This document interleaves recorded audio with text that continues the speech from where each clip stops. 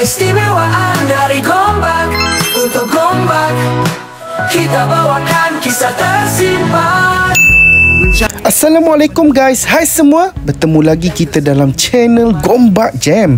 Kali ni saya nak bawa anda semua ke satu pot makan yang memang best gila lah. Siapa yang dekat sini biasa makan sukia? Angkat tangan sekarang. Yang suka gulung-gulung daging tu. Inilah dia. Konsep dia lebih kurang sama, tapi kali ni kita pergi versi yang lebih mesra poket, iaitu Garden Hot Pot bertempat di Taman Melawati. Jom kita masuk sekarang. Hari ni saya datang dengan kawan saya Rizal. Macam biasa dia lah juru kamera yang tak rasmi saya hari ni. Jom kita tengok apa yang ada dekat dalam. Bila kita duduk je dekat sini, staff dekat sini terus bagi menu pilihan dia. Kita boleh pilih jenis sup dan juga daging ataupun ayam ataupun lembu yang kita nak makan. Dan yang lain-lain semua tu ada dekat belakang. Semuanya unlimited. Korang boleh ambil berapa banyak yang korang suka, tapi kena habiskan. Jangan tak habis Harga dekat sini pun okey, dalam anggaran RM45 hingga RM50 seorang macam tu.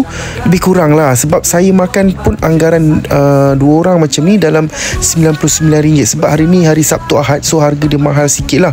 Tapi okey lah kalau nak berbanding dengan sukia tu, memang harga kat sini murah sedikit. Sekarang ni jom kita pergi ambil bahan-bahan makanan untuk dibakar dan direbus dan buat pencicah rahsia ni guys.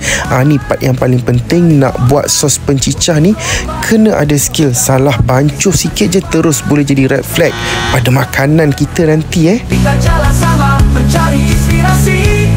Gombak Jam, Gombak Jam, terus terangkan keistimewaan Gombak.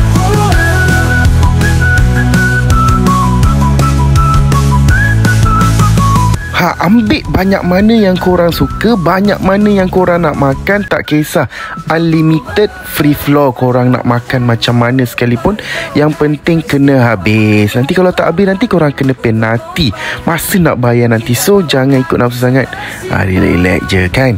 Cari lokasi penuh magis, kedai tersembunyi penuh manis. Tak kira jauh dekat di sini, untuk semua warga Gombak kami. Tapi jangan risau, nak senang korang boleh minta tolong je tu. Kedai ni tolong buatkan macam saya ni, memang minta dia tolong buatkan. Mereka ni pun peramah dan friendly. Layanan dekat sini memang tip top 5 bintang guys. Tengok ni, dia tolong buatkan. Untuk pengetahuan korang semua, restoran ni dimiliki oleh Chinese Muslim. Jadi bab halal haram ni memang dah terjamin. Ada sijil halal JAKIM lagi kat sini, so boleh makan tanpa was-was. Mari terangkan keistimewaan dari Gombak untuk Gombak. Okey, kuali dah panas, sup pun dah mendidih. Apa lagi? Jom kita nak enjoy. Dan menarik rasa di sini. Beritahu kami, jangan ragu. Tim Gombak Jam akan ke situ. Ada tempat yang ingin dikongsi, kedai menarik rasa di sini. Beritahu kami, jangan ragu.